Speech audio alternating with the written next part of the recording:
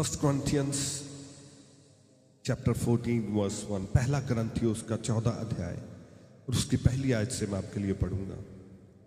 लिखा, प्रेम का अनुकरण करो और आत्मिक वरदानों की भी धुन में रहो, विशेष करके यह कि भविष्यवाणी करो, क्योंकि जो अन्य भाषा में बातें करता है वह मनुष्य से नहीं परंतु परमेश्वर से बातें करता है, इसलिए कि उसकी बातें कोई नहीं समझता, क्योंकि वह भेद की बातें आत्मा में होकर बोलता है। परंतु जो भविष्यवाणी करता है वह मनुष्य से उन्नति और उपदेश और शांति की बातें कहता है। जो अन्य भाषा में बातें करता है वह अपनी ही उन्नति करता है, परंतु जो भविष्यवाणी करता है वह कलीसिया की उन्नति करता है। सभी के हालेलुया। ये जो 4 वर्सेस हैं, ये बहुत पावरफुल वर्सेस हैं, वेरी वेरी पावरफुल वर्सेस। परमेश्वर का आत्मा कहता है, जो पॉल है वो आत्मा में भर के ये रेवलेशन जो चर्च को दे रहा है, वो सबसे पहले कहता है प्रेम का अनुकरण करो, परस्यू लव, परस्यू लव। और जब आप इसको ब्रेक डाउन करते हैं, परस्यू लव, प्रेम का अनुकरण करो, तो जब आप इसको डिटेल में पढ़ते हैं तो वो कहता एक्टिवली लव, वो कहता passionately love, focus love, sacrificial love, और वो कहता हाईएस्ट प्रायोरिटी टू लव। वो कहता जब आप प्रेम करो, सैक्रिफिशियली प्रेम करो, आपके प्रेम में सैक्रिफाइस होना चाहिए, और आपका प्रेम हायर प्रायोरिटी होना चाहिए। आपके जीवन में जो प्रेम का दर्जा है वो सबसे ऊपर होना चाहिए, परंतु किससे? परमेश्वर से। जब आप परमेश्वर से प्रेम करते हैं, वो कहता highest priority love, sacrificial love, actively love, sacrificial.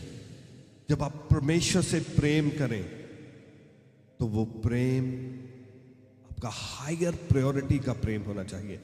जो परमेश्वर को जब आप लव करते हैं तो सबसे ज्यादा हायर प्रायोरिटी आप किसी मनुष्य को नहीं दे सकते, परमेश्वर को हाईएस्ट प्रायोरिटी आपकी परमेश्वर के लिए होनी चाहिए, उसके प्रेम के लिए होनी चाहिए। और सैक्रिफिशियल, जब आप अपने हस्बैंड को लव करते हैं, अपने बच्चों को लव करते हैं, अपनी वाइफ को लव करते हैं, आपका सैक्रिफाइस उस प्रेम में छिपा होता है, आप उनके लिए सैक्रिफाइस करते हैं। तो कैसे हो सकता है जब आप परमेश्वर को प्रेम करते हैं तो वो बिना सैक्रिफाइस के हो? बहुत सारे लोग कहते हैं हमारा प्रार्थना करने का समय नहीं लगता, हमारे पास टाइम नहीं है प्रार्थना करने का। मीन्स आपने अभी वो प्रेम परमेश्वर को नहीं किया जो आपको करना चाहिए। अभी परमेश्वर आपके लिए हाईएस्ट प्रायोरिटी नहीं। जो बाइबल कहती है कि प्रेम का अनुकरण करो, परस्यू लव, परस्यू का मतलब कि उसके पीछे दौड़ो, भागो उसके पीछे, एक्टिवली, हमेशा एक्टिवली एक्टिव रहो उसके प्रेम में, हाईएस्ट प्रायोरिटी, हमेशा उसके पीछे लगे रहो। रात को उठे हो, प्रार्थना में बैठ जाओ। दिन को आपके पास 10 मिनट का टाइम है, परमेश्वर से कहो लॉर्ड आई लव यू, उसे बताओ कि आप उससे प्रेम करते हो। जितनी बार आप प्रार्थना में जाते हो उसे कहो लॉर्ड आई लव यू, अपना लव उसे शो करें, actively show your love to him, sacrificially. आपके पास समय नहीं है, आज आप कितने लोग हैं जिनके पास आज समय नहीं था? आप काम पर जा सकते थे, अब बहुत सारे, और किसी ने कोई ग्रोसरी करनी थी, किसी ने कुछ करना था, किसी ने कुछ करना था, परंतु आप आज सैक्रिफाइस देकर यहां पर परमेश्वर की हजूरी में बैठे हो। ये क्या आप कर रहे हो? आप अपना लव शो कर रहे हो कि परमेश्वर बहुत सारे काम थे जो मैं कर सकता था, परंतु मैं आज सैक्रिफाइस देकर परमेश्वर तेरी हजूरी में बैठा। ये आपने अपना लव परमेश्वर को शो किया है। बहुत सारे लोग आज स्ट्रगल करके परमेश्वर की हजूरी में आए हैं। आपको फाइट करनी पड़ी है। आपके जो बॉस हैं, आपके जो काम वाले हैं, उन्होंने आपको कहा था कि शिफ्ट करो, आ जाकर ये वाली शिफ्ट करो।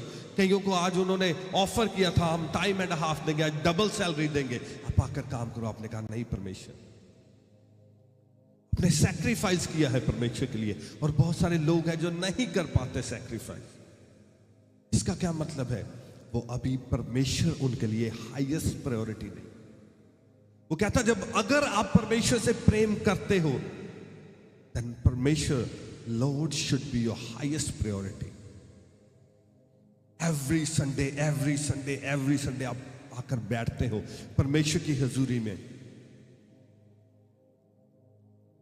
आपकी रिश्तेदारी में लोगों ने शादियां रखी होती हैं कि हम संडे को शादी करेंगे। आप पहले ही उन्हें कह देते हो कि भाई अगर आपने शादी करनी है संडे को तो हम नहीं आएंगे। ये क्या है? ये आपके लिए परमेश्वर हाईएस्ट प्रायोरिटी है। किसी ने पार्टी रखी हुई है और आपको इनवाइट किया, आपने कहा नहीं मैं चर्च के बाद में आऊंगा।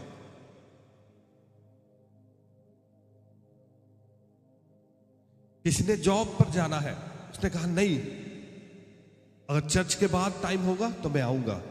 मेरे लिए सबसे हाईएस्ट प्रायोरिटी मेरा परमेश्वर है। और जिनके लिए परमेश्वर हाईएस्ट प्रायोरिटी है, फिर परमेश्वर भी उन लोगों को हाईएस्ट प्रायोरिटी पे रखते हैं। जब उसने कोई ब्लेसिंग रिलीज करनी होती है तो हेवन में लिस्ट देखी जाती है। ओके, कौन है उस प्रायोरिटी लिस्ट में? तो फिर उनके लिए वो ब्लेसिंग्स पहले रिलीज करती जाती है। अगर हेवन से हीलिंग रिलीज होनी है तो वो लिस्ट देखी जाएगी, इस बंदे ने परमेश्वर को हाईएस्ट प्रायोरिटी पे रखा है। ओके, आज हेवन भी उस बंदे को हाईएस्ट प्रायोरिटी पे रखे। आज आप यहां बैठे हो, आप फ्राइडे को प्रेयर ग्रुप्स में बैठे हो, रात को आप प्रेयर में बैठे हो, दिन में आप प्रेयर में बैठे हो, दोपहर में आप प्रेयर में बैठे हो। ये शो करता है परमेश्वर आपके लिए हाईएस्ट प्रायोरिटी है। और अगर परमेश्वर आपके लिए हाईएस्ट प्रायोरिटी है तो हेवन में आप उसकी प्रायोरिटी लिस्ट में। अगर हीलिंग रिलीज हो रही है तो पहले आपकी लाइफ में रिलीज हो। अगर डिलीवरेंस रिलीज हो रही है तो वो पहले आपकी लाइफ में रिलीज होगी। और जो उसके बाद में जो ब्लेसिंग्स बच जाएंगी वो बाकी बिलीवर्स की लाइफ में रिलीज होगी। जो कभी कभी चर्च आते हैं उनके लिए प्रायोरिटी बाकी सब कुछ है, पर परमेश्वर उनके लिए प्रायोरिटी नहीं है। अगर आपको मैं कंग्रेचुलेशंस कहना चाहता हूं जो आज परमेश्वर की हजूरी में बैठे हैं, परमेश्वर की बड़ी ब्लेसिंग्स परमेश्वर आपकी लाइफ में रिलीज करने जा रहे हैं। बड़ी ब्लेसिंग्स आप देखोगे आने वाले समय में कि कैसे परमेश्वर बड़ी ब्लेसिंग्स आपकी लाइफ में रिलीज करेंगे। जो हर चीज का बेस है वो लव है, वो परमेश्वर का लव है, वो परमेश्वर का प्रेम है। और उसके बाद में पौलुस क्या कहता है? कहता प्रेम का अनुकरण करो और आत्मिक वरदानों की धुन में रहो। आत्मिक वरदानों की धुन में रहो, स्पिरिचुअल गिफ्ट्स। और अगर आपने स्पिरिचुअल गिफ्ट लेने हैं, उसका बेस परमेश्वर से प्रेम करना है। अगर आप परमेश्वर से प्रेम नहीं करते, आप परमेश्वर को टाइम नहीं देते, तो आप भूल जाएं कि आप आत्मिक जो वरदान है, आत्मिक गिफ्ट है, आप उनमें ऑपरेट कर पाओगे। दैट इज नॉट पॉसिबल, क्योंकि परमेश्वर का एक पैटर्न है, उसका एक सिस्टम है। अगर आप उस सिस्टम में चलेंगे, आप उन चीजों को पालेंगे। आत्मिक वरदान एक बिलीवर के लिए वेरी इंपॉर्टेंट है। अगर आपके पास आत्मिक वरदान नहीं है तो आप उन ऊंचाइयों पर नहीं जा सकते जो परमेश्वर ने आपके लिए रखी है। आप उस हीलिंग को नहीं पा सकते जो परमेश्वर ने आपके लिए रखी है। आप उस डिलीवरेंस को नहीं पा सकते जो परमेश्वर ने आपके लिए रखी है। आपके बच्चे उन लेवल्स पे नहीं जा सकते जो परमेश्वर ने उनके लिए रखे हैं। आप अपनी कॉलिंग जो परमेश्वर ने आपके लिए रखी है, जो आपकी लाइफ में कॉलिंग है, आप उसे पूरा नहीं कर सकते अगर आप आत्मिक वरदानों में नहीं ऑपरेट कर। अगर आपके पास आत्मिक वरदान नहीं है, मगर आत्मिक वरदानों को लेने से पहले वो कहता प्रेम का अनुकरण करो, परस्यू लव, परमेश्वर के प्रेम में आप डूब जाओ, उसके प्रेम को आप अपनी लाइफ में हाईएस्ट प्रायोरिटी दो। और फिर वो कहता डिजायर स्पिरिचुअल गिफ्ट्स अर्नेस्टली। और जब आप इसकी ट्रांसलेशन करते हैं स्पिरिचुअल गिफ्ट, वो कहता है डिजायर स्पिरिचुअल गिफ्ट। और जब आप इसकी ट्रांसलेशन देखते हैं, जो लिटरल ट्रांसलेशन है, वो कहता be jealous for spiritual gift. कहता जेलसी के साथ जो स्पिरिचुअल गिफ्ट है उनकी डिजायर करो। कहता है उनकी धुन में रहो। धुन में रहने का क्या मतलब कि 24 घंटे आपके दिमाग में चलता रहना चाहिए। आपके दिमाग में धुन बजती रहनी चाहिए कि मुझे ये स्पिरिचुअल गिफ्ट चाहिए, मुझे ये आत्मिक गिफ्ट चाहिए, मुझे ये आत्मिक गिफ्ट चाहिए। वो कहता उसकी धुन में रहो। धुन में रहने का मतलब है कि आपके दिमाग से कभी ये चीज निकलनी नहीं चाहिए। सोते उठते बैठते खाते पीते आपके दिमाग में चलता रहना चाहिए मुझे आत्मिक वरदान चाहिए, मुझे आत्मिक वरदान चाहिए, मुझे आत्मिक वरदान चाहिए। क्योंकि आत्मिक वरदान ही है जो आपको आम लोगों से अलग करते हैं, आपको डिफरेंशिएट करते हैं, आपको ऊंचा लेके जाते हैं। अगर आपके पास आत्मिक वरदान नहीं है, आप बेसिक जीवन से ऊपर नहीं उठ सकते। अगर आप बिजनेस करते हैं, आप बेसिक बिजनेस करेंगे, मगर हाई लेवल का बिजनेस आप कभी नहीं कर पाएंगे। अगर आप सेवकाई में हैं, तो आपकी सेवकाई लोअर लेवल की रहेगी, आप कभी हायर लेवल में सेवकाई नहीं कर पाएंगे। कहता आत्मिक वरदानों की धुन में रहो। ऑलवेज आपके दिमाग में ये कोई पास्टर्स के लिए नहीं है, ये प्रीचर्स के लिए नहीं है, ये टीचर्स या अपोस्टल्स प्रॉफिट्स के लिए नहीं है, वो नॉर्मल लोगों को कह रहा है। वो जो कुरिन्थियों की कलीसिया है, पौलुस उसे लिख रहा है। ये कोई पास्टर्स को नहीं लिख रहा, ये प्रॉफिट्स को नहीं लिख रहा, ये कुरिन्थियों की पहली पत्री है, ये आम विश्वासियों को वो लिख रहा है। कहता आत्मिक वरदानों की धुन में रहो। कहता क्यों प्रेम का अनुकरण करो और आत्मिक वरदानों की भी धुन में रहो, विशेष करके ये कि भविष्यवाणी करो। वचन क्या कहता है? यीशु ने क्या कहा? वो कहता अंत के दिनों में मैं अपना आत्मा सब मनुष्य पर उंडेल दूंगा और तुम्हारे बेटे और बेटियां भविष्यवाणी करेंगे। वो कहता तुम्हारे बेटे और बेटियां भविष्यवाणी करेंगे। उसने ये नहीं कहा कि अकेले प्रॉफिट भविष्यवाणी करेंगे, उसने ये नहीं कहा कि अपोस्टल भविष्यवाणी करेंगे। वो कहता तुम्हारे बेटे और बेटियां, आम जो नॉर्मल बिलीवर हैं, वो भविष्यवाणी करेंगे। और पौलुस यहां क्या कह रहा है? कहता आत्मिक वरदानों की भी धुन में रहो, विशेष करके ये कि भविष्यवाणी करो। आपकी लाइफ का ये एम होना चाहिए कि परमेश्वर तेरे वचन में लिखा है कि मैं भविष्यवाणी करूंगा, और भविष्यवाणी की धुन में रहो। भविष्यवाणी करना कोई हायर गिफ्ट नहीं है, ये बेस है। ये एक बिलीवर की लाइफ में ये बेसिक दो चीजें होनी चाहिए। कौन सी? जब हम पहला कुरिन्थियों उसका 14 अध्याय और उसकी 2 आयत पढ़ते हैं, कहता क्योंकि जो अन्य भाषा में बातें करता है वह मनुष्य से नहीं परंतु परमेश्वर से बातें करता है, इसलिए कि उसकी बातें कोई नहीं समझता, क्योंकि वह भेद की बातें आत्मा में होकर बोलता है। परंतु जो भविष्यवाणी करता है वह मनुष्य से उन्नति और उपदेश और शांति की बातें कहता है। जो अन्य भाषा में बातें करता है वह अपनी ही उन्नति करता है, परंतु जो भविष्यवाणी करता है वह कलीसिया की उन्नति करता है। सभी कहें हालेलुया, हालेलुया। वो कहता है जो अन्य अन्य भाषा में बातें करता है वो अपनी उन्नति करता है। जो अन्य अन्य भाषा में बातें करता है वो अपनी उन्नति करता है, परंतु जो भविष्यवाणी करता है वो कलीसिया की उन्नति करता है। परंतु आप कलीसिया की उन्नति कैसे करेंगे पहले, अगर आपकी उन्नति नहीं हुई? वो कहता है जो अन्य अन्य भाषा में बातें करता है वो अपनी उन्नति करता है। इंग्लिश की ट्रांसलेशन है जो अन्य भाषा में प्रार्थना करता है, जो अन्य भाषा में बातें करता है, he builds himself, वो अपने आप को बिल्ड करता है, वो अपने आप को बनाता है। दिन बाय एवरी डे वो अपने आप को बनाता है, वो अपने आप को बिल्ड करता है। जब आप जिम में जाते हैं तो आप क्या करते हैं? आप वेट उठाते हैं, आप एक्सरसाइज करते हैं। वो क्या करते हैं? आप अपने मसल बिल्ड करते हैं।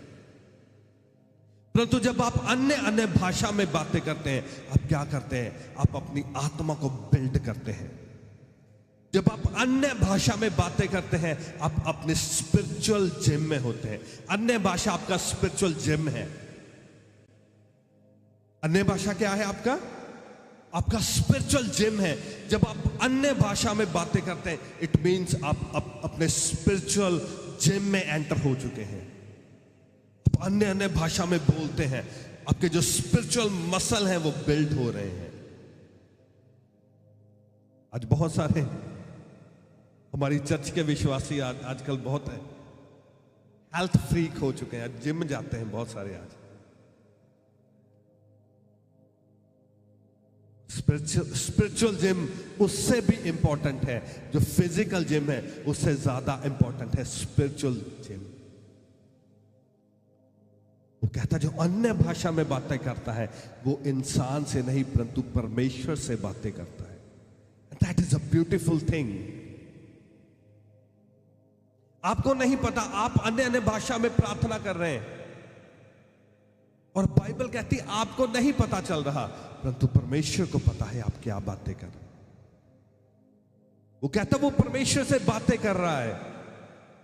हो सकता है आप अन्य अन्य भाषा में प्रार्थना कर रहे हैं मगर आपके आत्मिक कान नहीं खुले, आपके आत्मिक कान नहीं खुले, परंतु आप अन्य अन्य भाषा में बातें कर रहे हैं। जब आप बातें कर रहे हैं, बाइबल कहती है जो अन्य भाषा में बातें करता है वो परमेश्वर से बातें करता है। और आप परमेश्वर से बातें कर रहे हैं और आपको क्या लगता है जब आप परमेश्वर से बातें कर रहे हैं, क्या परमेश्वर उन बातों का उत्तर नहीं दे रहे? डेफिनेटली जब आप परमेश्वर से बात कर रहे हैं वो आपकी बातों का उत्तर दे रहा है। प्रॉब्लम यह है कि हमारे कई बार आत्मिक कान नहीं खुले होते, हम परमेश्वर की आवाज को नहीं सुनने पाते। मगर अगर बाइबल कहती है कि जो अन्य भाषा में प्रार्थना करता है वो परमेश्वर से बातें करता है, और जब आप परमेश्वर से बातें करते हैं परमेश्वर भी आगे से आपसे बात करते हैं। और एक दिन क्या होगा जब आप अन्य अन्य भाषा में बातें करते रहेंगे, आप प्रार्थना करते रहेंगे, आप क्या कर रहे हैं? आप स्पिरिचुअल जिम में हैं, आप अपने मसल को बिल्ड कर रहे हैं, आप अपनी स्पिरिट को बिल्ड कर रहे हैं। और एक दिन क्या होगा? आपके आत्मिक कान खुल जाएंगे, आपके आत्मिक कान खुल जाएंगे और आप परमेश्वर की आवाज को सुनने पाओगे।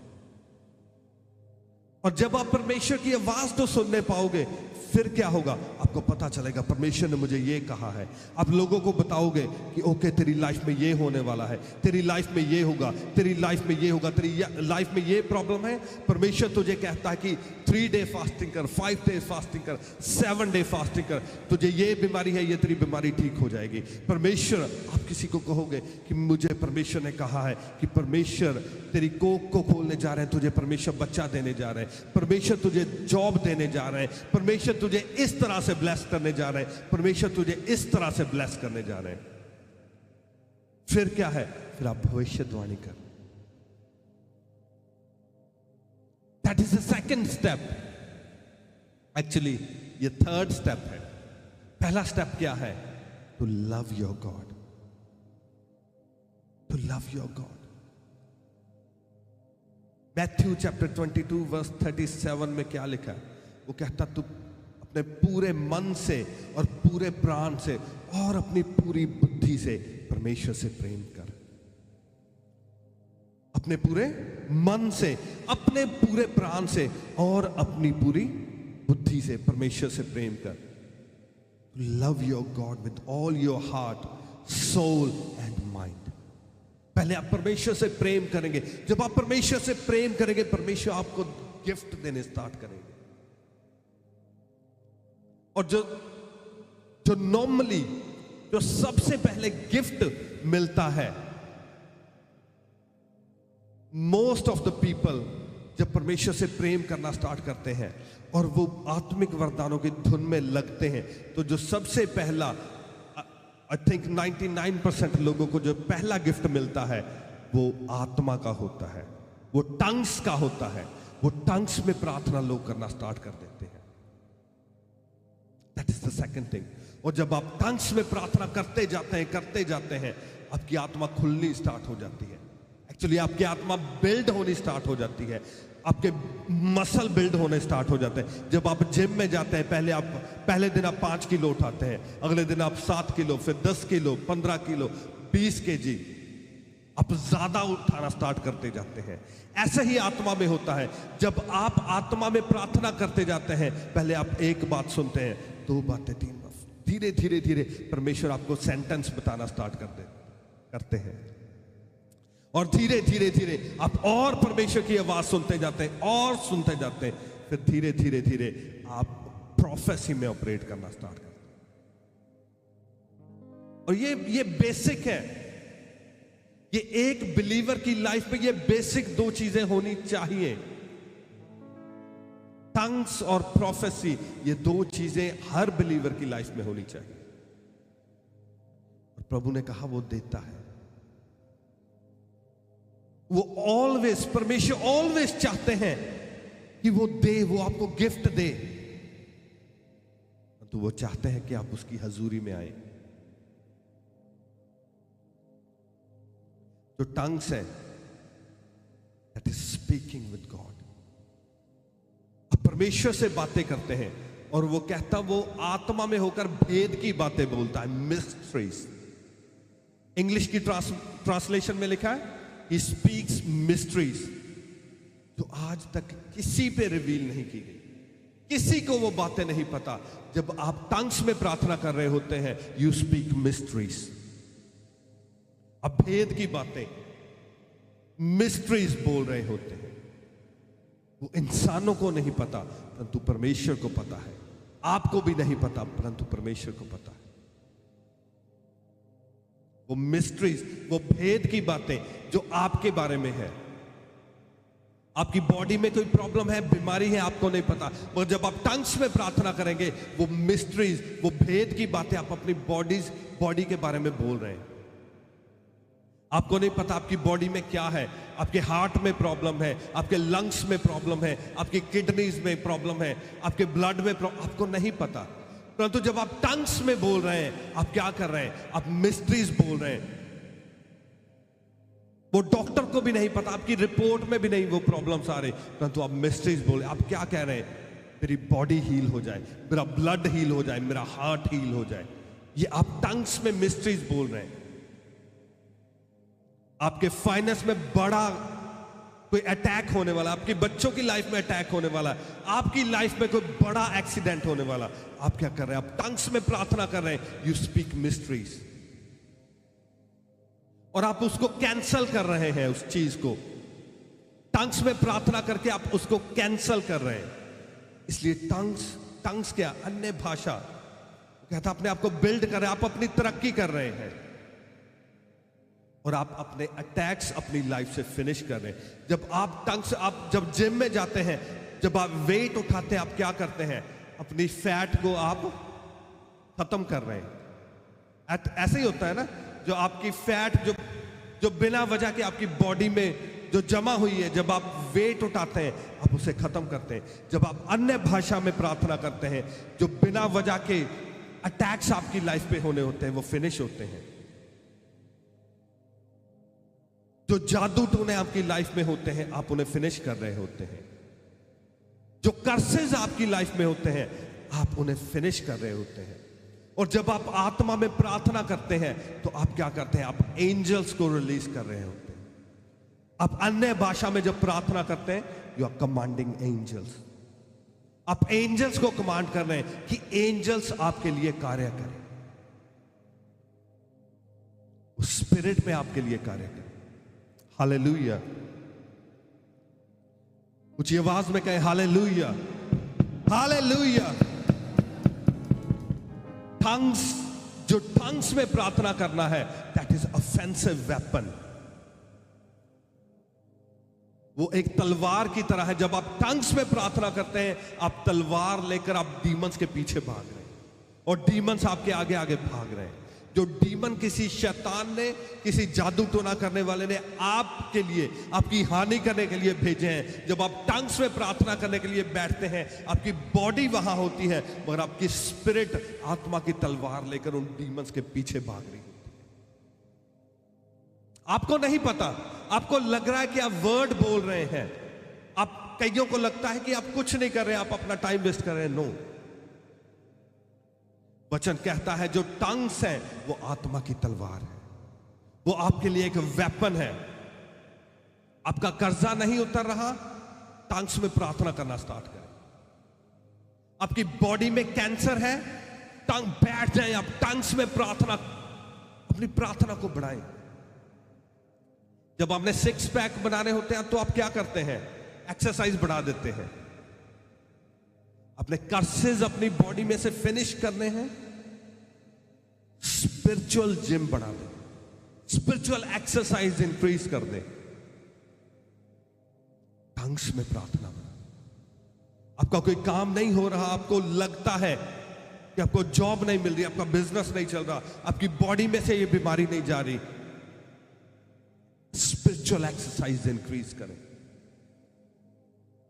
स्पिरिचुअल एक्सरसाइज को बढ़ा दें, अन्य अन्य भाषा में प्रार्थना बढ़ा दें। पौलुस ने कहा, वो कहता मैं सबसे ज्यादा अन्य अन्य भाषा में प्रार्थना करता, सबसे ज्यादा। जितने लोग अन्य भाषा में उस टाइम पे प्रार्थना करते थे, पौलुस उन सबसे ज्यादा अन्य अन्य भाषा में प्रार्थना करता था। 1 Corinthians chapter 12:31 उसमें लिखा, तुम बड़े से बड़े वरदानों की धुन में रहो। पहला करंथी उसका 12 अध्याय और उसकी 31 आयत, उसमें लिखा तुम बड़े से बड़े वरदानों की धुन में रहो। प्रोफेसी और अन्य भाषा में प्रार्थना करना, यह पहला स्टेप है, ये पहला स्टेप है आत्मा के वरदानों का। जब आपने पहला स्टेप ले लिया, फिर पौलुस कहता तुम बड़े से बड़े वरदानों की धुन में रहो। अब आपका स्टेप है और बड़े वरदानों को लेना, और बड़े वरदानों में ऑपरेट करना, आत्मा अब नेक्स्ट लेवल में जाना, ताकि परमेश्वर आपको और माइटली यूज करने पाए। बहुत सारे परमेश्वर के दास हैं जो बड़े आत्मा के वरदानों में ऑपरेट जिन्होंने किया है और आज भी करते हैं। जब आप फिलिपियन की लाइफ पढ़ते हैं, बुक ऑफ एक्ट्स पढ़ लेते हैं, बुक ऑफ एक्ट्स चैप्टर 8, प्रेरितों के काम उसका 8 अध्याय,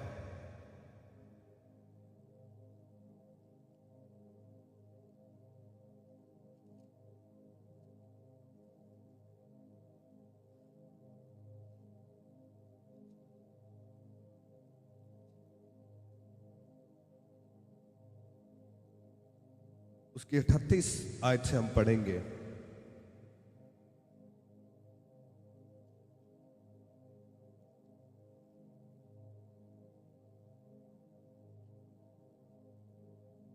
लिखा, तब ये फिलिपियन है, और फिलिपियन जो है, फिलिप्पो, ये जो इथोपिया की रानी है, उसका खोजा यरूशलेम में आया है और वहां वो प्रार्थना करने के लिए आया। और जो फिलिपियन है वो एक आत्मिक वरदान में ऑपरेट कर रहा है। जो खोजा है वो रथ पे जा रहा है, परंतु परमेश्वर ने उसे एक आत्मिक वरदान दिया। फिलिपियो, जब घोड़े जो दौड़ रहे हैं, फिलिपियो उसी स्पीड से उसके साथ साथ दौड़ के उससे बातें कर रहा है। और क्या करता है, जो फिलिपियन है उसने जो खोजा है उसको सुसमाचार सुनाया परमेश्वर का। और सुसमाचार सुनाकर जब उसे सुसमाचार सुनाया तो फिर आगे वो कहता है वर्स 38 में, बुक ऑफ एक्ट्स प्रेरितों के काम उसका 8 अध्याय और उसकी 38 आयत, तब उसने रथ खड़ा करने की आज्ञा दी।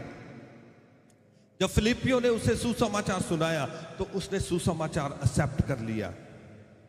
और अब खोजा उसे कह रहा है, और फिलिपी और खोजा दोनों जल में उतर पड़े। अब जो खोजा है वो फिलिपियो को कह रहा है कि मुझे बपतिस्मा दे दे, और उसने रथ रोका। और फिलिपियो जो है उसको, जो खोजा है उसको बपतिस्मा देने के लिए जा रहा है। उन्होंने रथ खड़ा किया और वो चल दिए, और उसने खोजे को बपतिस्मा दिया। जब वह जल में से निकलकर ऊपर आए तो प्रभु का आत्मा फिलिपियो को उठाकर ले गया, और खोजे ने उसे फिर ना देखा, और वह आनंद करते हुए अपने मार्ग में चला गया। फिलिप्पुस अशदोद में आ निकला, और अब तक कैसरिया में ना पहुंचा था, तब तक नगर नगर सुसमाचार सुनाता गया। सभी का हालेलुया। ये एक स्पिरिचुअल गिफ्ट है। जब फिलिपियो ने उसे बपतिस्मा दिया और वो दोनों पानी में से बाहर निकले तो खोजा बाहर निकला, परंतु फिलिपियो को परमेश्वर का आत्मा उठाकर ले गया। फिलिपियो को परमेश्वर का आत्मा उठाकर ले गया। वो क्या हुआ? वो गायब हो गया वहां से, और लिखा वो वहां से गायब हो गया और अशदोद में जा निकला। ये क्या था? वो एक ऐसे स्पिरिचुअल गिफ्ट में ऑपरेट कर रहा था। उसके पास एक ऐसा स्पिरिचुअल वरदान था, वो कभी भी गायब हो सकता था, एक जगह से दूसरी जगह जा सकता था। And that is a spiritual gift. ये एक स्पिरिचुअल गिफ्ट है। ये कोई जादू नहीं है, ये कोई परमेश्वर की, ये नहीं है कि परमेश्वर उससे कोई एक्स्ट्रा प्रेम कर रहे हैं। No no no no. उसने अपने अंदर एक ऐसा गिफ्ट एक्टिवेट कर लिया है कि वो कहीं भी जा सकता है, और वहां से वो गायब होकर अलग जगह पे निकल सकता है। और अकेला ये ही नहीं, एक और बंदा है जो इस गिफ्ट में ऑपरेट कर रहा था, वो था तिशबी एलिया। वो तिशबी एलिया था। एक और वचन हम पढ़ते हैं, पहला राजाओं उसका 17 अध्याय और उसकी 1 आयत। 1 किंग्स चैप्टर 17 वर्स 1। तिशबी एलिया के बारे में थोड़ा सा मैं आपको बता देता हूं। तिशबी एलिया के पास मल्टीपल स्पिरिचुअल गिफ्ट थे। Multiple spiritual gift. वो कहता, तिशबी एलिया जो गिलाद के परदेशियों में से था, उसने आहाब से कहा, इज़राइल का परमेश्वर यहोवा जिसके सन्मुख मैं उपस्थित रहता हूं, उसके जीवन की शपथ, इन वर्षों में मेरे बिना कहे ना तो मी बरसेगा और ना ओस पड़ेगी। वो कहता, मेरे कहे बिना ना तो मी बरसेगा ना ओस पड़ेगी। तिशबी एलिया जो एलिया था, उसके पास ऐसा स्पिरिचुअल गिफ्ट था कि जब वो कह देता था तो स्वर्ग बंद हो जाता था, आसमान बंद हो जाता था, ना तो मी बरसता था और ना ओस पड़ती थी। जब उसने स्वर्ग को बंद कर दिया, उसने मी को बंद कर दिया, रेन को बंद कर दिया, और बहुत साल बारिश नहीं आई और वहां सूखा पड़ गया। और एक दिन जो राजा आहाब था, उसका को बंदा उसे मिला, और एलिया ने उसे कहा, जा राजा को जाकर कह कि एलिया यहां पर है। और जो आहाब राजा का बंदा था, वो एलिया को कहता, मेरे पास पढ़ने का टाइम नहीं, आप पढ़ देना, पहला राजा हो, जब आप पढ़ोगे आपको सारा पता चल जाएगा। जबरदस्त मिरेकल्स एलिया ने किए अपनी लाइफ में। और जब वो आहाब राजा के उस सेवक को कहता है कि जा राजा को जाकर कह कि एलिया इस पहाड़ पर है, वो कहता नो एलिया, कहता मैं नहीं कहूंगा, कहता मैं उसे कहूंगा कि एलिया वहां पर है, और जब वो तुझे मिलने के लिए आएगा परमेश्वर का आत्मा तुझे उठाकर पता नहीं कहां ले जाएगा, और कहता राजा मुझे मार देगा। इसका मतलब क्या है? उस टाइम पे ये फेमस बात थी कि जो एलिया है वो एक जगह पे होता है और परमेश्वर का आत्मा उसे उठाकर दूसरी जगह पे ले जाता है। He can appear and disappear. वो किसी जगह पे प्रकट हो जाता है और किसी जगह से गायब हो जाता है। हाई लेवल का स्पिरिचुअल गिफ्ट। और यही पौलुस कह रहा है, कहता बड़े वरदानों की धुन में रहो। जो बड़े वरदान है, ये कहता है ये छोटा वरदान है। भविष्यवाणी करना ये छोटा वरदान है, अन्य अन्य भाषा में बातें करना ये छोटा वरदान है, परंतु वो कहता बड़े वरदानों की धुन में रहो। ये बड़े वरदान है। जब एलिया चलता था तो एलिया के साथ फायरी एंजल्स चलते थे।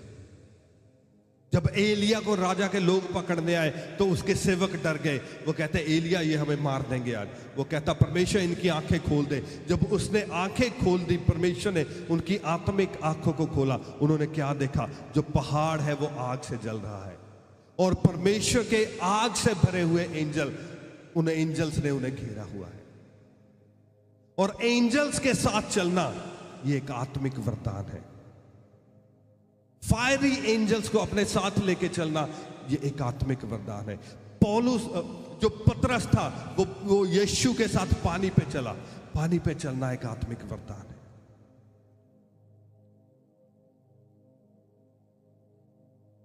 एलिया ने स्वर्ग को बंद कर दिया। वो कहता ना तो मींह पड़ेगा ना ओस बरसेगी।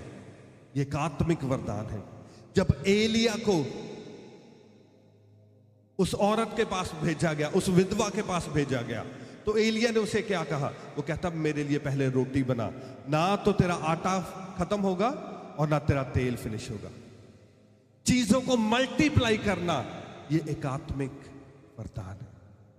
ये एक आत्मिक गिफ्ट है जो एलिया के पास था। एलिया ने प्रार्थना की। वो कहता मैं वर्ड डिक्लेयर करता हूं, ना तो तेरी कुप्पी में से तेल खत्म होगा और ना तेरा आटा खत्म होगा। ऐसे ही हुआ। जब वो बच्चा, यीशु ने कहा इन्हें खाने के लिए दो। बड़ी भीड़, 20,000 लोग यीशु के साथ चल रहे हैं, और एक बच्चा थोड़ी सी मछलियां लेके आया, थोड़ी सी रोटियां। यीशु ने प्रार्थना की और वो क्या हो गया? मल्टीप्लाई होगी चीजें। ये क्या है? ये एक आत्मिक वरदान है। और यीशु से पहले एलिया ने ये कर दिखाया था। जीसस ने बाद में किया, एलिया ने पहले कर दिया। चीजों को मल्टीप्लाई करना आत्मिक वरदान। पौलुस ने कहा बड़े वरदानों की धुन में रहो। जब आप धुन में रहते हैं कि परमेश्वर मुझे ये वरदान चाहिए, परमेश्वर ये मुझे वरदान चाहिए, तो परमेश्वर क्या कहते हैं? आप अन्य अन्य भाषा में प्रार्थना करते रहते हैं, आप परमेश्वर की हजूरी में बैठे रहते हैं। सबसे पहली बात है परमेश्वर से प्रेम करना, टू परस्यू लव। उसके बाद में आत्मिक वरदानों की धुन में रहना। जब आप आत्मिक वरदानों की धुन में रहते हैं, परमेश्वर की हजूरी में बैठते हैं, आप प्रार्थना करते हैं, और फिर आपके अंदर रेवलेशन आने स्टार्ट होते हैं। अब ध्यान से सुनो, मैं आपको पूरा पैटर्न बता रहा हूं कि कैसे आप आत्मिक वरदानों को ले सकते हैं।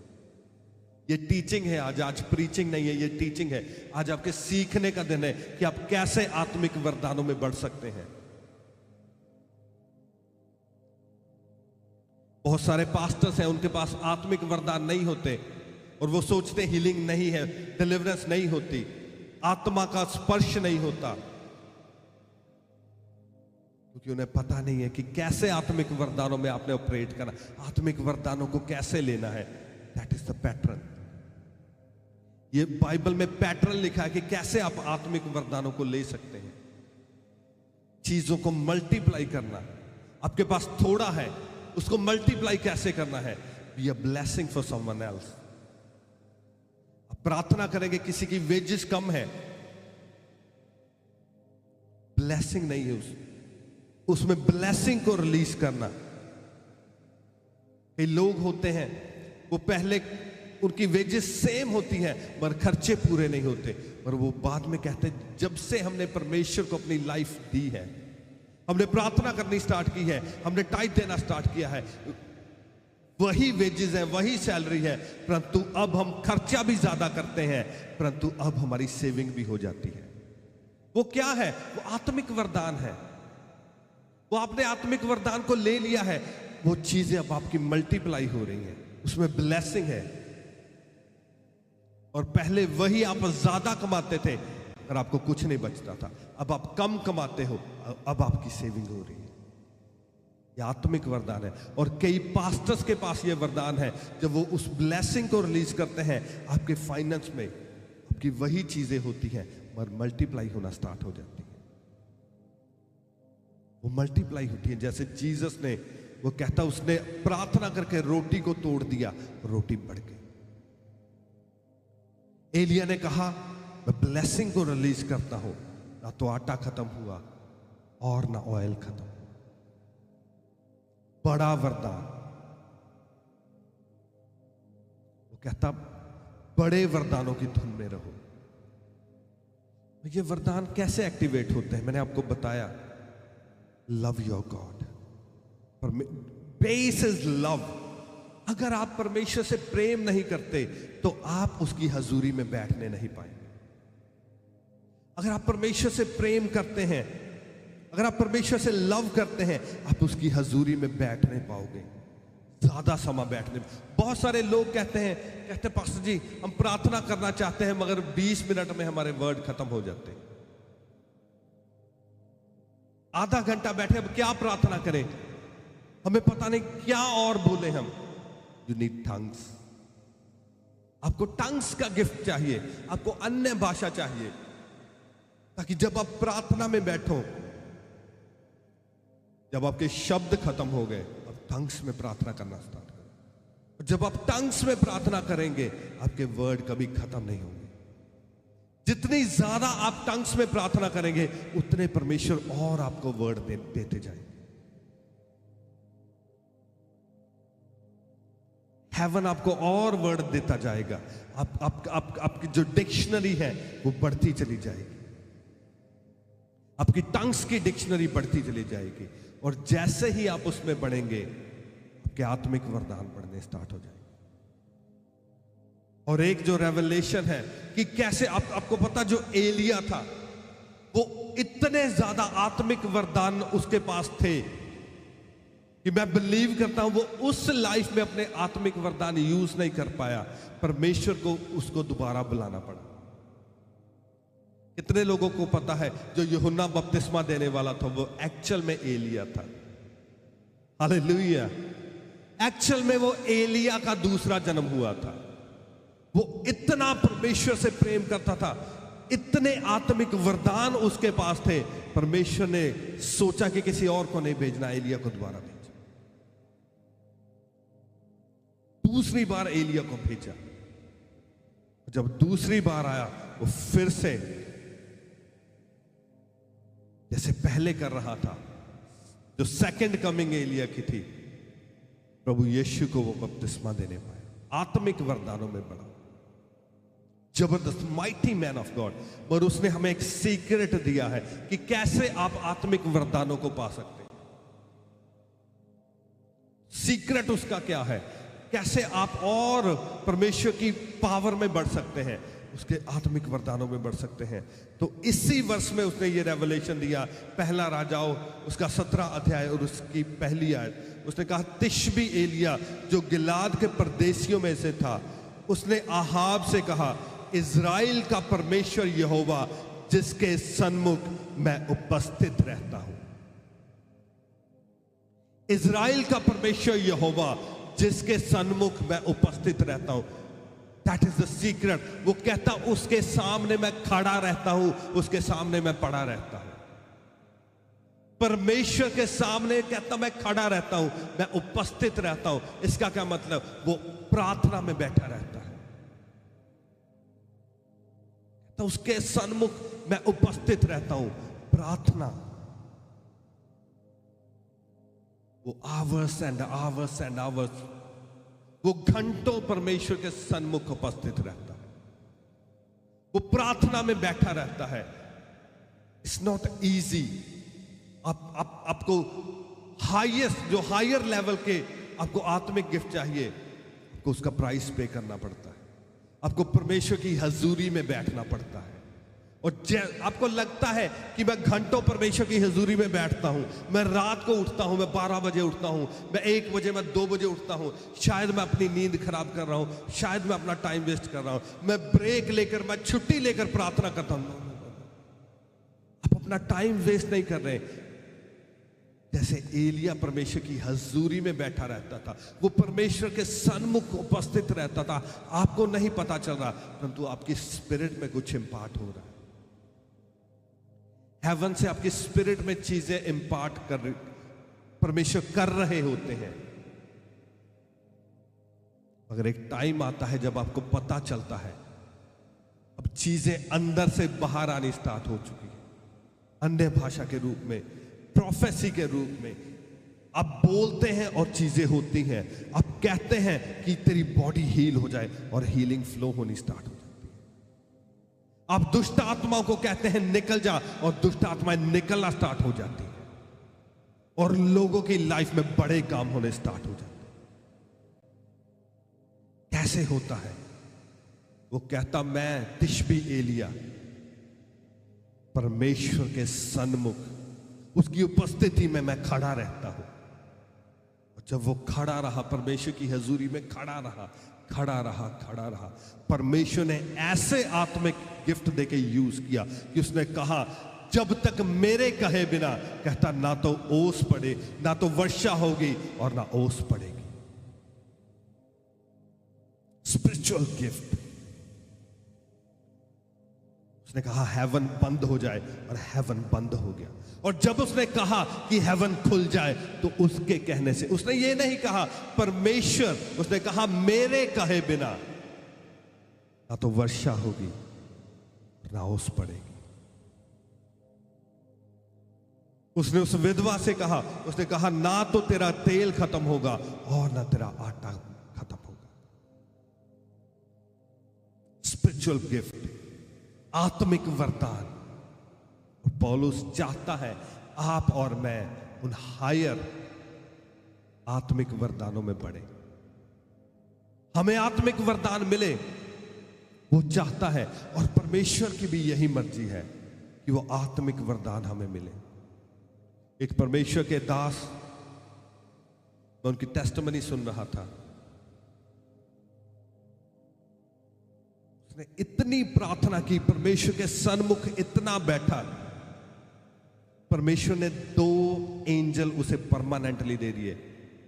परमानेंटली उसकी लाइफ में परमेश्वर ने कहा, ये 2 एंजल तेरे हमेशा साथ रहेंगे। और लोगों को लगता था कि ये उसके पर्सनल असिस्टेंट हैं, मगर वो एक्चुअल में उसके एंजल थे जो परमेश्वर ने उसे दिए थे। और एक बार वो परमेश्वर का दास किसी जगह पे जा रहा था, उसने प्रीच करना था, उसने किसी जगह पे प्रीच करना था, और उसकी फ्लाइट मिस हो गई। और वो घबरा गया कि मेरी फ्लाइट मिस हो गई, अब मैं क्या करूंगा। और जो एंजल उसके साथ थे, उन्होंने कहा परमेश्वर के दास हमारे साथ चल। और उन्होंने क्या किया, जो एयरपोर्ट पे जो बाथरूम होते हैं, वो उन्हें बाथरूम में ले गए। वहां से वो डिसअपियर हुआ, और जिस एयरपोर्ट पे उसने जाना था वहां अपीयर हो गया वो। Spiritual gift. और जब वो एयरपोर्ट से बाहर निकला, और जो उसे रिसीव करने आए थे, उन्होंने पूछा, परमेश्वर के दास से उन्होंने पूछा, उन्होंने कहा तेरी फ्लाइट तो अभी लैंड नहीं हुई, तू पहले कैसे आ गया। Spiritual gift, supernatural life. ये बीते की बातें नहीं है कि पौलुस की लाइफ में हो गया, एलिया की लाइफ में हो गया, अलीशा की लाइफ में हो गया। परमेश्वर चाहते हैं कि हमारी लाइफ में उनसे बढ़कर हो, उनसे बढ़कर परमेश्वर हमें यूज करना चाहते हैं। जब वो ऑपरेट कर रहे थे तब पवित्र आत्मा विजिटेशन कल्चर था, पवित्र आत्मा उनके ऊपर आता था और चला जाता था। परंतु अब परमेश्वर ने कहा, कहता अब मैं तुम्हें पवित्र आत्मा दूंगा, वो तुम्हारे अंदर रहेगा और वो तुम में होगा और वो तुम्हारे ऊपर होगा। अब जब आत्मा हमारे अंदर आता है वो हमें छोड़ के नहीं जाता, वो हमारे अंदर रहता है। मगर प्रॉब्लम कहां है? प्रॉब्लम प्रेयर लाइफ में है। प्रॉब्लम हमारी प्रेयर लाइफ में है। हम प्रार्थना में प्राइस नहीं पे कर रहे, परंतु जो प्रार्थना में प्राइस पे करते हैं, जो रातों को उठ कर प्रार्थना करते हैं, परमेश्वर उनसे बढ़कर उन्हें आत्मिक वरदान देते हैं।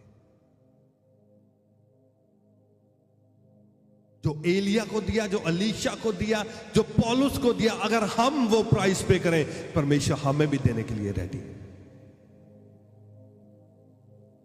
वो कहता अंत के दिनों में तो इतना काम होगा जो कभी हुआ नहीं था, जो कभी नहीं हुआ था। अंत के दिनों में परमेश्वर चाहते हैं बड़ी बेदारियां, बड़े रिवाइवल्स बिल्ड करने और माइटीली अपने दासों को यूज करना परमेश्वर चाहते हैं। परंतु आज हम बिजी हो जाते हैं अपने कामों में।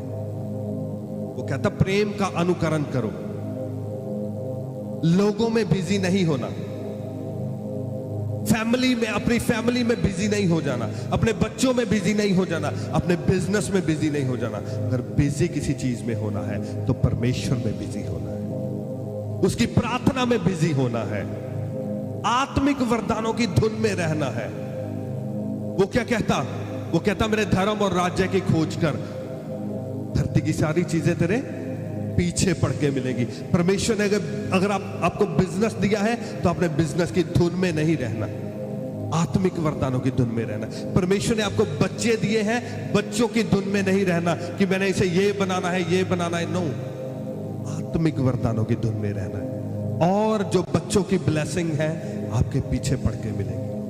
परमेश्वर ने आपको कलीसिया दी है, कलीसिया में बिजी नहीं होना, आज इसके घर विजिट, आज उसके घर विजिट, आज इसके घर विजिट। परमेश्वर में बिजी होना है और कलीसिया आपके पीछे पड़ के आपको मिलेगी। मैं परमेश्वर का धन्यवाद करता हूं अपनी कलीसिया के लिए, जो लोग परमेश्वर ने मुझे दिए हैं। मैंने सिर्फ एक बार कहा, मैंने कहा मैं किसी के घर में विजिट नहीं करूंगा, और मैं धन्यवाद करता हूं परमेश्वर का, मुझे कोई नहीं बुलाता अपने घर में। हालेलुया।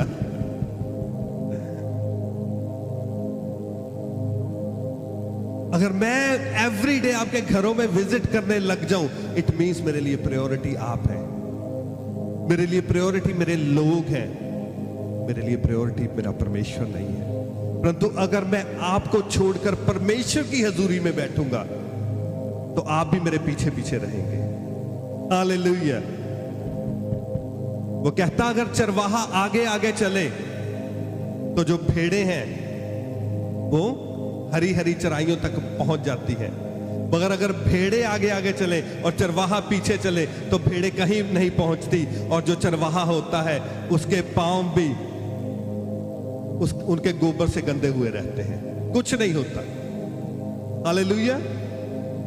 तो जो बहुत बार पास्टर्स मुझसे पूछते हैं कि पास्टर जी हम क्या करें, कैसे कलीसिया नहीं बढ़ रही, क्या करें, हीलिंग्स नहीं हो रही, डिलीवरेंस नहीं हो रही हमारी कलीसिया में, मैं उन्हें ये कहता हूं कि विजिट कम कर दें, लोगों से मिलना कम करें और परमेश्वर से मिलना ज्यादा करें। परमेश्वर की हजूरी में बैठे, लोगों की हजूरी में कम जाए। अगर आप लोगों की हजूरी में ज्यादा रहते हैं और परमेश्वर की हजूरी में कम रहते हैं, आप कभी अपनी डेस्टिनी में नहीं चल सकते, आप हायर कॉलिंग में कभी नहीं चल सकते। और मैं धन्यवाद करता हूं, मैं आपको भी थैंक यू कहता हूं कि आप मुझे नहीं बुलाते और आपने अंडरस्टैंड किया है जो मैंने आपसे कहा है कि मुझे रहने दे परमेश्वर की हजूरी। और लास्ट वीक मुझे शायद कोई कह रहा था, मुझे कौन कह रहा था कि यूके में जो हम करते हैं, बाकी कलीसियाएं, जो बाकी मिनिस्ट्रीज हैं, वो ट्राई करती हैं हमें फॉलो करने के लिए। ये परमेश्वर की ब्लेसिंग है हमारी सेवकाई में। और ये ना तो बल से ना शक्ति से, ये परमेश्वर के आत्मा से हो रहा है। जब हम परमेश्वर की हजूरी में बैठते हैं, परमेश्वर हमें रेवलेशन देते हैं, वो हमें बताते हैं कि कैसे चीजों को करना है, कैसे सेवकाई को चलाना है, कैसे कलीसिया को चलाना है, कैसे मीडिया करना है, कैसे साउंड करनी है, कैसे हमने ऑडियो करनी है, वीडियो करनी है, कैसे हमने जो वर्शिप टीम है, वॉलंटियर है, कैसे हमने चीजें करनी है, और हम कर पा रहे हैं। हालेलुया। और जो प्रेयर ग्रुप्स परमेश्वर ने हमें दिए हैं, ये माइटी ब्लेसिंग है अगेन हमारे लिए। ये एक बड़ी ब्लेसिंग है चर्च के लिए। और आप देखेंगे इन प्रेयर ग्रुप्स के द्वारा आप नेशंस को चेंज होता हुआ देखिए। हालेलुया। और आप देखेंगे कि कैसे इन प्रेयर ग्रुप्स के द्वारा पहले लंदन चेंज हुआ, ऑक्सफोर्ड चेंज हुआ, बर्मिंघम चेंज हुआ, लेस्टर चेंज। आप देखेंगे कैसे सिटीज की सिटीज चेंज हो जाएंगी और बड़े रिवाइवल्स को आते हुए आप देखेंगे। और आप देखेंगे जब हम इन प्रेयर ग्रुप्स में प्रार्थना करेंगे, हम यही नहीं देखेंगे कि हमारी मिनिस्ट्री में काम हो रहे, परमेश्वर अपने और बड़े महासामर्थी दासों को खड़े करेगा। वो कहते प्रार्थना, परमेश्वर ने कहा प्रार्थना करो, वो कहता फसल तो पकी हुई है परंतु मजदूर थोड़े हैं। हमने केवल अपनी सेवकाई के लिए प्रार्थना नहीं करनी, हमने प्रार्थना करनी है कि परमेश्वर और मजदूरों को भेजे, और पास्टर्स को भेजे, और प्रीचर्स, टीचर्स, अपोस्टल्स, प्रॉफिट्स और एवेंजलिस्ट इस नेशन में खड़े करे, ताकि परमेश्वर का काम हो। और आप देखेंगे कि हर कलर में, हर लैंग्वेज में, हर कम्युनिटी में, हर नेशन से परमेश्वर अपने दासों को खड़ा करेगा, और ये नेशन दोबारा परमेश्वर में आएगी। और सच में यूके दोबारा क्रिश्चियन नेशन बनेगा in the mighty name of Jesus. दोबारा हम बनाएंगे इसको Christian nation in the name of Jesus. मेरी लाइफ में कोई काम नहीं है, हालेलुया। मुझे कोई टेंशन नहीं है कि मेरा बिजनेस, नो, मेरे बच्चे, ये वो सारा बाद में है। परमेश्वर का काम मेरे लिए पहले है।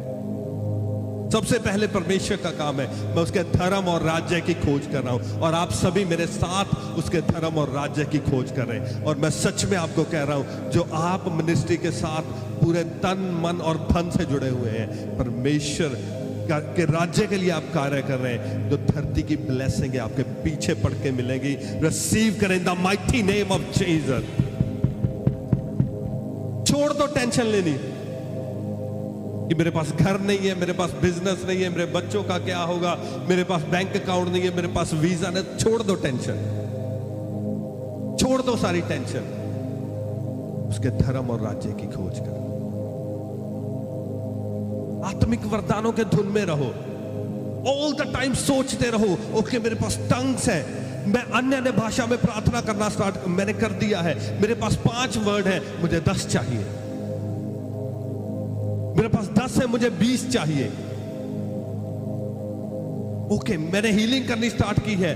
परमेश्वर चाहते हैं कि जितने लोग आप यहां पे बैठे हैं, आप हीलिंग में बढ़े। आपके हाथ रखने के द्वारा लोग चंगे हो।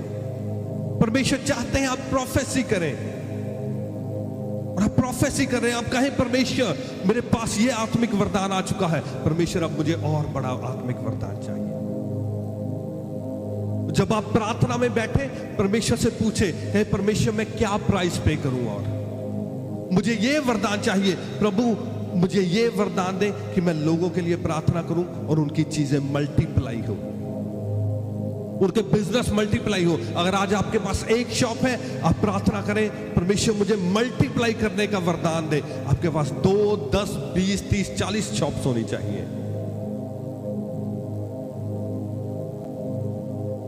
चीजों को मल्टीप्लाई करने का वरदान। अब कहें परमेश्वर मुझे वरदान दे कि मैं आपकी कलीसियाओं को स्थापित करने पाऊं, जैसे पौलुस ने कलीसियां स्थापित की। अब कहें परमेश्वर मुझे वरदान दे मैं कलीसियां स्थापित करने पाऊं। अब परमेश्वर से मांगे परमेश्वर मुझे बड़ा बिजनेस दे ताकि मैं आपकी कलीसियाओं को सपोर्ट करने पाऊं, मैं आपकी मिनिस्ट्री को सपोर्ट करने पाऊं, मैं पास्टर्स को, प्रीचर्स को, टीचर्स को, एवेंजलिस्ट को मैं सपोर्ट करने पाऊं। एक बड़ा फाइनेंस होना भी आत्मिक वरदान है। आज बहुत सारे लोग हैं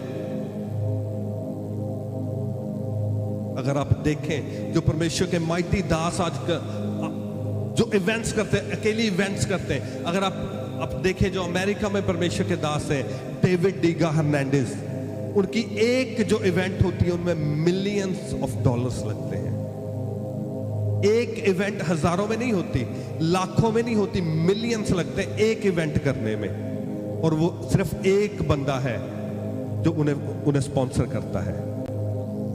कोई ऑफरिंग नहीं, कोई चंदा नहीं, कोई उनकी कलीसिया नहीं है, कोई चर्च नहीं है, एक सिंगल बंदा जो मिलियंस डालता है उस इवेंट में। तो ये आत्मिक वरदान है कि परमेश्वर के लोगों की सहायता करनी, इवेंट्स करवानी, बड़ी मीटिंग्स करवानी, that is a spiritual gift. परमेश्वर से मांगे, परमेश्वर मुझे फाइनेंस दे ताकि मैं आपकी बड़ी इवेंट्स करवाने पाऊं। जब आप मांगेंगे परमेश्वर देंगे, परंतु सबसे पहले प्रेम का अनुकरण करें। Love your God with all your heart, with all your mind, पूरे तन मन धन बुद्धि प्राण मन से परमेश्वर से प्रेम करें। और अगर आप परमेश्वर के लिए कुछ करना चाहते हैं तो एलिया की तरह करें। वो कहता मैं परमेश्वर के आगे उपस्थित रहता हूं, कहता परमेश्वर के सन्मुख में उपस्थित रहता हूं, उसकी हजूरी में मैं बैठा रहता हूं। अगर आप टीवी देखते हैं बहुत ज्यादा, फोन बहुत ज्यादा देखते हैं, लोगों से बहुत ज्यादा बातें करते हैं, फोन पे लगे रहते हैं, आप परमेश्वर का काम नहीं कर सकते। छोटे लेवल पे कर सकते, बड़े लेवल पे नहीं कर सकते। आप बड़ा बिजनेस चाहते हैं और आप बिजनेस को प्रायोरिटी देते हैं, नो। आप अपने बच्चों को हाई लेवल पे, हाई पोस्ट पे देखना चाहते हैं, उनसे ज्यादा ध्यान परमेश्वर पे दें। आपकी फैमिली को आपकी प्रेजेंस चाहिए, पर उनकी प्रेजेंस में जाने से पहले आप परमेश्वर की प्रेजेंस में जाएं।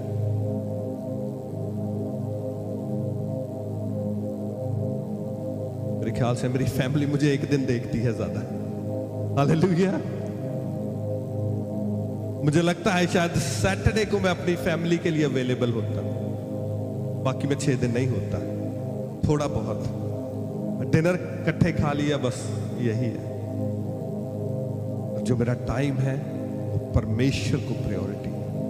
और आप देख रहे हैं कि यूके में परमेश्वर का आत्मा कार्य कर रहा है। हमने कैंसर से हीलिंग देखी है। हालेलुया। जिनको 14 साल से बेबी नहीं हुआ, हमने देखा कि एक प्रार्थना के द्वारा 14 साल बाद बेबी मिला। कैसे हुआ? इस्राएल का परमेश्वर यहोवा जिसके सन्मुख में उपस्थित रहता। अब सोच सकते हैं कि 14 साल हो गए बेबी नहीं हुआ, इंडिया के डॉक्टरों ने कह दिया कि नहीं होगा, यूके के डॉक्टरों ने कह दिया नहीं होगा, तो परमेश्वर यहोवा जिसके सन्मुख में उपस्थित है, जब वो वरदान देता है तो सब कुछ हो जाता है। हालेलुया।